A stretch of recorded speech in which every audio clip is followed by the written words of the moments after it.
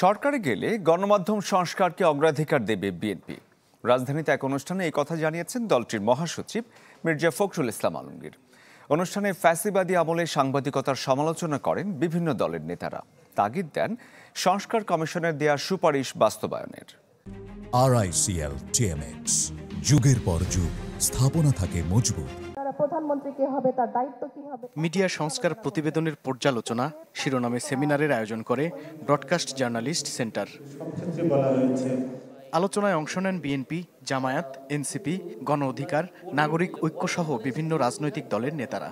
ফ্যাসিবাদী শাসন আমলে সংবাদ মাধ্যমগুলোর ভূমিকা নিয়ে প্রশ্ন তোলেন কেউ কেউ।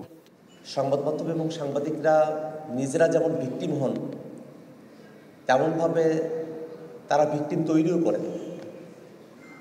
এই কারণে গত 15 বছরে সাংবাদিকতার যে ভূমিকা, সেটাকে খুব সরলরৈখিকভাবে ব্যাখ্যা করাটা কঠিন হয়ে পড়ে। টেলিভিশনের পাশাপাশি আপনারা পত্রিকার কথাও বলেন।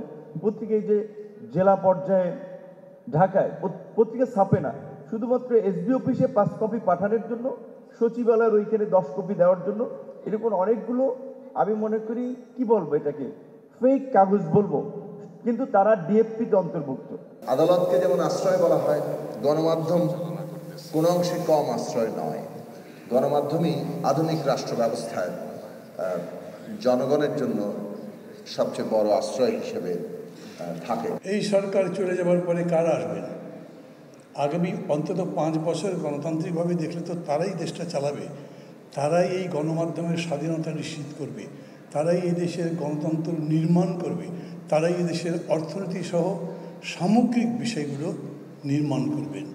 এ সময় স্বাধীনভাবে সাংবাদিকতা করতে গণমাধ্যম কর্মীদের প্রতি আহ্বান জানান বিএনপি মহাসচিব মির্জা ফখরুল। প্রতিশ্রুতি দেন ক্ষমতায় গেলে গণমাধ্যম সংস্কারকে অগ্রাধিকার ভিত্তিতে দেখবে তার দল। আমরা একটা স্বাধীন গণমাধ্যম আমরা দেখতে চাই, সেটাকে তৈরি করতে চাই। সেই জন্যে আমরা তখনই কমিট করেছিলাম যে আমরা একটা কমিশন তৈরি করব। তো কমিশন ইতিমধ্যে তৈরি হয়েছে। দুঃখের সঙ্গে আমরা জানলাম যে কমিশনের রিপোর্ট তৈরি হয়েছে, কিন্তু রিপোর্টে কোনো আলোচনা হয়নি পরবর্তীকালে। যাই আমরা আশা করি যে আমরা যদি আপনার সরকার পরিচালনার দায়িত্ব জনগণের মাধ্যমে পাই, তাহলে আমরা নিঃসন্দেহে এটাকে অগ্রাধিকার ভিত্তিতে আমরা দেখব বলে আমরা বিশ্বাস করি। সাংবাদিক এবং সুশীল সমাজের প্রতিনিধিরাও যোগ দেন সেমিনারে। তাদের আলোচনায় উঠে আসে বাংলাদেশে গণমাধ্যমের নানা চ্যালেঞ্জ এবং সংকট সমাধানের রূপরেখা। জাতীয় ঐকমত্য কমিশনের কাছে গণমাধ্যম সংস্কার কমিশনের দেয়া সুপারিশগুলো বাস্তবায়নের তাগিদ দেন বক্তারা। আমরা নিশ্চয়ই আগামী নির্বাচনে এগুলো আমরা অঙ্গীকার ব্যক্ত করব। মাহবুবুর রহমান, চ্যানেল 24, ঢাকা।